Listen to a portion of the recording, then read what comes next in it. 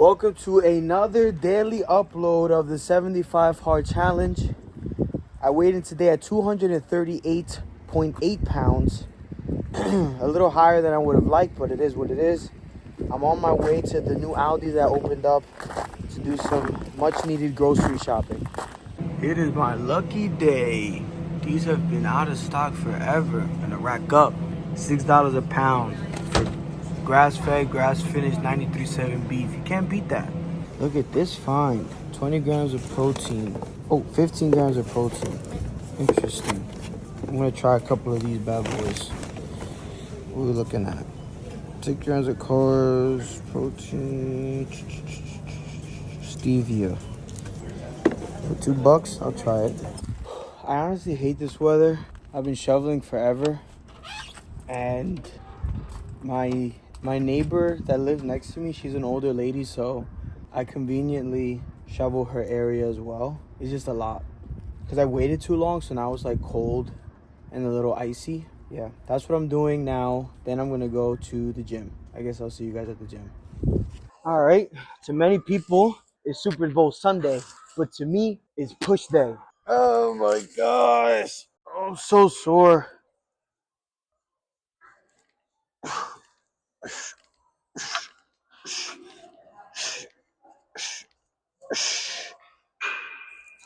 Like my whole body is sore. My whole body's sore. Like my legs are destroyed. My back, like it's crazy, man. This is not for the faint of heart.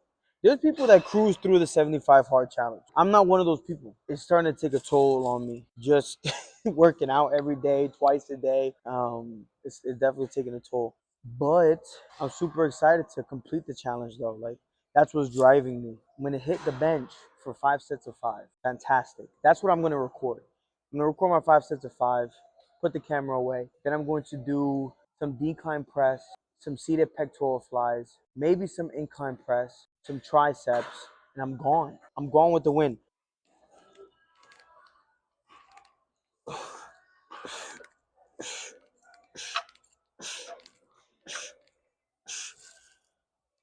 Talking to my one buddy. He has his master's in like health science. I'm gonna trust his word, and he's also a baseball coach for several colleges and stuff, working on conditioning and everything. So I was telling him about this process and how I was feeling like I wasn't really getting much progress when it came to the weight.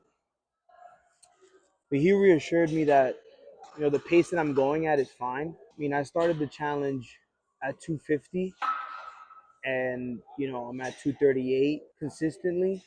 So that's like a 12 pounds in the span of like less than 40 days is right where I need to be. So that felt good to hear. My first working set.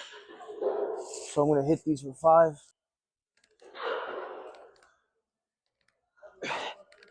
5. These felt a little heavy, not gonna lie. So maybe hopefully the second time I hit them, they're not as heavy. All right, I'm gonna call on the power, the power of the gut.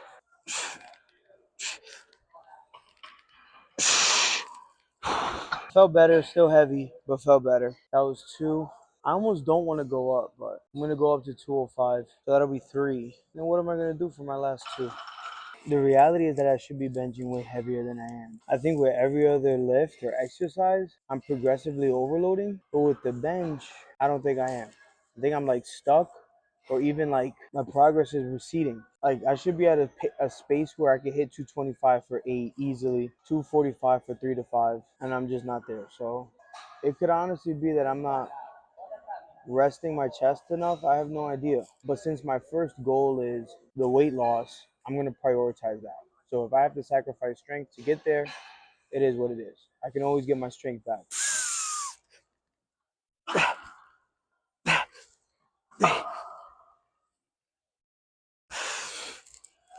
Should I be overzealous and go for 225 for 5 for my fourth set, and then 225 again for 5 for my last set? I'm going to try it. Worst case scenario, I only get 3.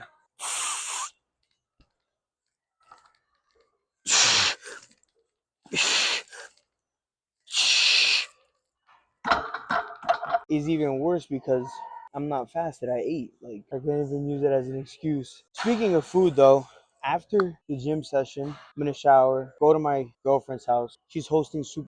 Um, there's gonna be like air fried chicken and stuff like that. Easy stuff for me to track. And whatever I snack on, like nuts or anything, they have scales and stuff there that I'll weigh. I already had my first meal of the day, which was a bulk of my protein needed, just in case I don't get much protein later today. I've got a majority of my daily protein intake covered.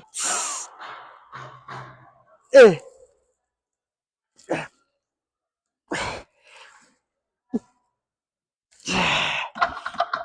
Another set of four. It is what it is. I'm gonna finish my push day, and I'll see you guys for a quick outro when I leave. Back to what I was saying about the progressive overload of the bench. Like, I'm on the seated pectoral flies, and I remember starting, I was like hitting it for 115, maybe 130. I just finished doing 10 at 160. I have 2 more sets left. I'm up to 175 pounds. So I'm definitely getting stronger in almost all of my other lifts, but for the bench, I'm just like stuck. So if you have any ideas on like why that is, I know there's like workouts to do to help with your bench, but I'm just wondering if there's a reason why I'm not progressing on my bench. Aside from I mean, it could just literally be that the bench press is just a weak area for me and I have to work on it. And if that's the case, that's fine. But I'm just curious. If you have any pointers, tips, or thoughts, please comment below. Anyway, super happy with my lift. It was just something I was contemplating on. Fantastic push day. I ended up not doing any tricep work because honestly, I was already there for like 40 minutes and my chest is about to explode. Like, I'm super pumped. I train fasted because I fasted, and it's just convenient because by the time I have time to work out, I didn't have my first meal of the day. But whenever I don't train fasted, it's a total different experience. Like, positive. Like, you lift better, you lift stronger, you get a crazy pump, the mind muscle connection is there, and you have the energy. As long as you're in the gym, you're in the gym. You know what I mean? Whether you have a full stomach or not. But I'm gonna end the video here. I hope you guys enjoyed. I appreciate you guys watching as always. And if you enjoy content around finance, fitness, and personal development, then please subscribe because that is exactly the kind of content that I post. See you guys next time. Peace. Guys, I think it's day 39. How I'm looking. I weighed in today at 239 point... No, I weighed in 239 pounds on the dot. I will say, when I weighed myself this morning, I used a different scale. I slept over my girl's house last night. And I was also fully clothed. Well, I had a t-shirt and this is my exact outfit. So I don't know how much that changed the weight. Maybe I added a pound, but I'm just going to keep it at 239 to be true to myself. You already know, Money Monday, I'm working hard. I did not go to the gym today. I'm about to have my first meal. I'm having a fat meal. This is going to probably be like a 1,800 calorie meal in one sitting. I've been really liking eating early. I've kind of been doing it, but I feel like whenever I eat later, like if I have a fat meal around like 6 p.m., 6:30, I just don't feel the best, to be honest. And I recently saw a short done by Dr. Mike Diamond. It was the 10-3-2-1 rule. 10 hours before you go to bed, you shouldn't have any caffeine, which I thought was interesting, especially for me because I drink an energy drink before I go to the gym, and sometimes I go to the gym late and I'm having 200 milligrams of caffeine only a few hours before I go to bed. So I resonated with that one. The 3-hour rule was basically to ensure that your last meal of the day is 3 hours before bed, which is something that I'm a big proponent on and I try my best to adhere to. So because I'm super sensitive to it, I hate eating late. It just destroys my quality of sleep. It absolutely destroys my quality of sleep. I have gas, I'm burping, I'm tossing and turning. It's just not the best. Then the 2-hour rule was interesting. No liquids, 2 hours before bed. And by doing this challenge, I always make sure that I'm getting a gallon at minimum.